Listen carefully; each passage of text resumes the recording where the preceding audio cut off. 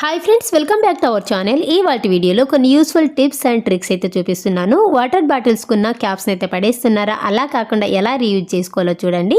అలాగే ఇందులో ఏ టిప్ అయితే నచ్చిందో ప్లీజ్ ఒక చిన్న లైక్ అయితే చేయండి, అలాగే సబ్స్క్రైబ్ కూడా చేసుకోండి. ఇంకా ఈ టిప్స్ ఏంటో చూద్దాం.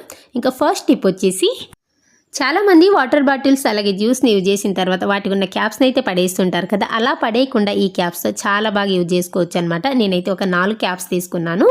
సేమ్ కలర్ అయినా తీసుకోండి, లేదంటే డిఫరెంట్ కలర్స్ అయినా తీసుకోండి. సేమ్ కలర్ తీసుకున్నారని అనుకోండి, చూడడానికి చాలా నీట్గా ఉంటుందన్నమాట. నేనైతే ఇందులో ఒక 2 తీసుకుంటున్నాను. తీసుకుని ఇందులోకి అంటే దీని మీదకి కొద్దిగా 2-in-1 ప్లాస్టర్ ఉంటుంది కదా, 2-in-1 గమ్ లాగా దాన్ని అతికించుకోవాలన్నమాట. సో ఈ విధంగా నేనైతే రెండింటికి అతికించుకున్నాను. ఇలా అతికించుకున్న తర్వాత ఇప్పుడు ఏం చేస్తారంటే, ఇప్పుడు వీటిని కిచెన్లో స్టవ్ పక్కన అతికించుకోవాలి.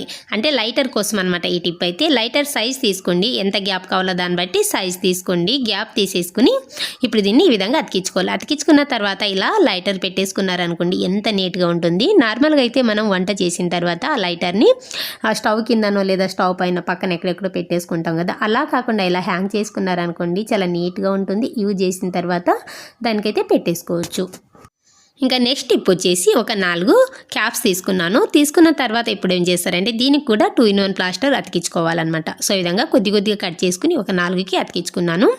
అతికించుకున్న తర్వాత ఇప్పుడు ఏం చేస్తారంటే, వీటిని బాత్రూంలో ఉన్న టైల్స్ కానీ లేదా బాత్రూమ్ సైడ్ కానీ పెట్టేసుకోవాలన్నమాట. ఈ విధంగా నేనైతే ఒక 4 క్యాప్స్ని ఈ విధంగా పెట్టేసుకున్నాను. ఇలా పెట్టుకున్న తర్వాత ఇప్పుడు వీటికి ఇలా బ్రష్ని హ్యాంగ్ చేసుకోవచ్చు. నార్మల్గా అయితే బ్రష్ని యూజ్ చేసిన తర్వాత పిల్లలవి పెద్దలు అన్నీ కూడా ఒక డబ్బాలో వేస్తుంటాం కదా, అవి అన్నీ కూడా మిక్స్ అయిపోయి ఒకదానికొకటి ఇన్ఫెక్షన్ వచ్చే ఛాన్సెస్ ఉంటుంది. అందుకని చెప్పేసి ఇలా ప్లాన్ చేసుకున్నారనుకోండి, ఇన్ఫెక్షన్ అనేది రాకుండా ఉంటుంది. చాలా నీట్గా ఉంటాయి చూడడానికి కూడా.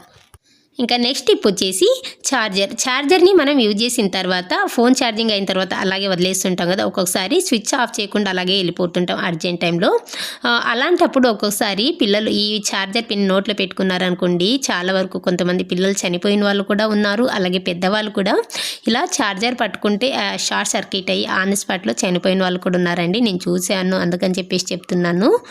ఎస్పెషల్లీ పిల్లలు ఉన్న ఇంట్లో అయితే చాలా కేర్ఫుల్గా ఉండాలి. ఏం చేస్తారంటే, ఇప్పుడు సైడ్కి 2-in-1 స్టిక్కర్ పెట్టేసుకోండి. పెట్టుకున్న తర్వాత దీనికి బట్టలకి ఆరేసుకునే క్లిప్ ఉంటుంది కదా, బట్టలు పెట్టుకునే క్లిప్, ఆ క్లిప్ని పెట్టేసుకోండి. పెట్టుకున్న తర్వాత మనం ఫోన్ ఛార్జింగ్ తీసేసాక దానికి హ్యాంగ్ చేశారనుకోండి, ఏ ప్రాబ్లం ఉండదన్నమాట. ఈ ట్రిక్ను ఒకసారి ట్రై చేయండి, చాలా బాగా యూజ్ అవుతుంది. నెక్స్ట్ ఇలాంటి ప్రాబ్లమ్స్ అనేవి రాకుండా ఉంటాయి. ఈ ట్రిక్ నచ్చితే మాత్రం ప్లీజ్ ఒక లైక్ చేసి అలాగే సబ్స్క్రైబ్ చేసుకోండి.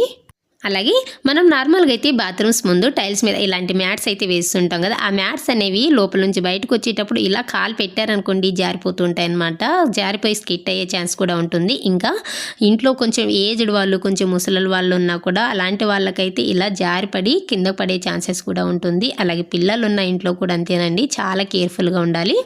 ఇలా జారకుండా ఉండాలంటే ఈ ట్రిక్ను ఒకసారి ట్రై చేయండి, చాలా బాగా వర్కౌట్ అవుతుంది.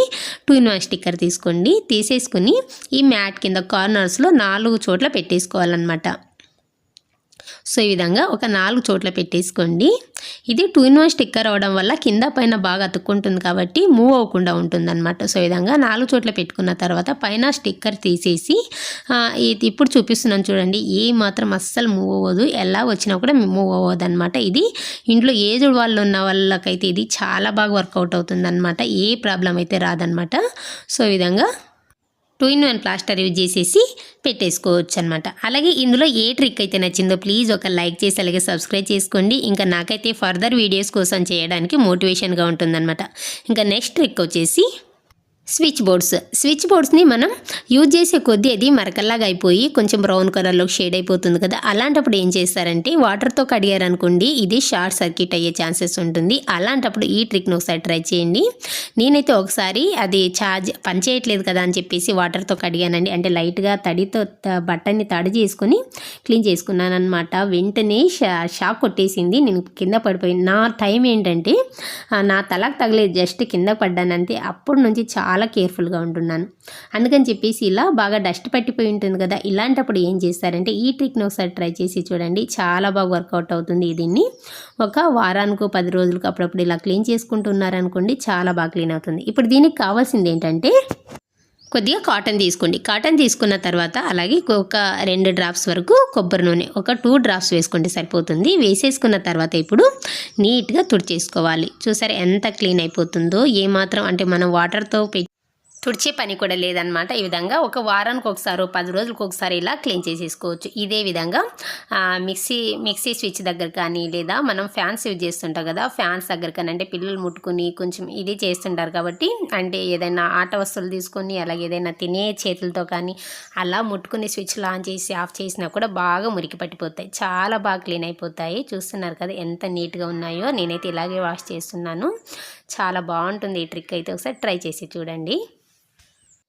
ఇంకా నెక్స్ట్ వచ్చేసి ఆనియన్స్ కట్ చేసేటప్పుడు మన కళ్ళు అయితే మండిపోతాయి, అలాగే కంట్లో వాటర్ కూడా వస్తాయి కదా. అలాంటప్పుడు ఈ ట్రిక్ను ఒకసారి ట్రై చేయండి. చాలా బాగా వర్కౌట్ అవుతుందన్నమాట. 1-2 ఉల్లిపాయలు అయితే కట్ చేసుకోవచ్చు. కొంచెం ఎక్కువ క్వాంటిటీలో కట్ చేసుకోవాలంటే ఈ ప్రాబ్లం అయితే వస్తూ ఉంటుంది. అలాంటప్పుడు ఏం చేస్తారంటే కొద్దిగా వెనిగర్, మనం చైనీస్ ఫుడ్స్కి అంతా యూజ్ చేస్తుంటాం కదా, ఆ వెనిగర్ కొద్దిగా వేసేసుకోండి. ఒక 2 డ్రాప్స్ వేసేసుకుని చాపింగ్ బోర్డ్స్కి బాగా అప్లై చేసుకోవాలన్నమాట. సో ఈ విధంగా బాగా అప్లై చేసేసుకున్న తర్వాత ఇప్పుడు ఉల్లిపాయలు కట్ చేసుకున్నారనుకోండి, మనం ఎన్ని ఉల్లిపాయలు కట్ చేసుకున్నా కూడా కళ్ళు అనేవి మండవు, అలాగే కళ్ళలో వాటర్ కూడా రాదనమాట.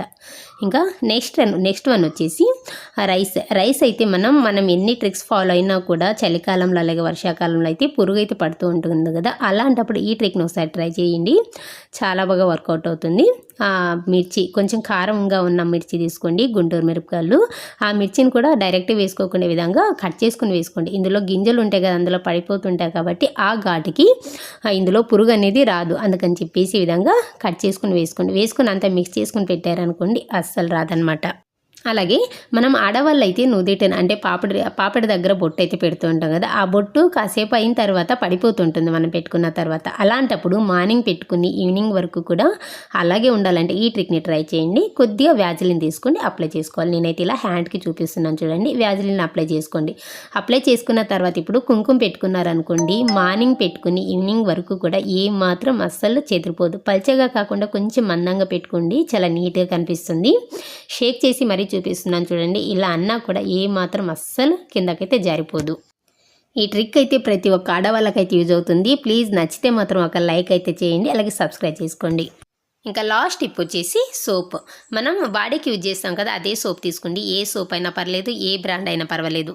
తీసుకున్న తర్వాత దీన్ని తురుముకోవాలి. 1 స్పూన్ లేదా 1.5 స్పూన్ వరకు తురుముకోండి. ఈ విధంగా తురుముకున్న తర్వాత ఏం చేశారంటే ఇప్పుడు దీన్ని ఒక సాక్స్ అయితే తీసుకోండి. పాత సాక్స్ తీసుకోండి, అంటే కొంచెం క్లీన్గా ఉన్నది తీసుకోవాలి, పాతదైనా సరే. అందులో వేసేసుకోండి. వేసేసుకున్న తర్వాత నెక్స్ట్ ఇందులోకి ఒక 4 లేదా 5 లవంగాలు వేసుకోవాలి. లవంగాలు వేసేసుకున్న తర్వాత ఈ వీడియో క్లిప్లో చూపిస్తున్న విధంగా ఫోల్డ్ చేసేసుకోవాలి. సో ఈ విధంగా బాగా ఫోల్డ్ చేసేసుకుని ఈ విధంగా ఓపెన్ ఉంటుంది కదా, దాని లోపల పెట్టేసుకోండి, ఊడిపోకుండా ఉంటుందన్నమాట. ఇప్పుడు ఏం చేస్తారంటే కబోర్డ్స్లో కానీ లేదా బీరువాలో కొన్ని బట్టలు అయితే పెట్టుకుంటుంటాం కదా, దాని మధ్యలో పెట్టేసుకోండి. ఇలా పెట్టుకోవడం వల్ల ఏంటంటే ఒక ఫ్రెషనర్ లాగా పనిచేస్తుంది అనమాట. మనం నాప్కిన్ బాల్స్ అవి పెడుతుంటాం కదా, దాని బదులు ఇలా హోమ్ మేడ్గా యూజ్ చేసుకొని పెట్టేసుకోవచ్చు. ఈ టిప్ నచ్చితే మాత్రం ప్లీజ్ ఒక లైక్ అయితే చేయండి.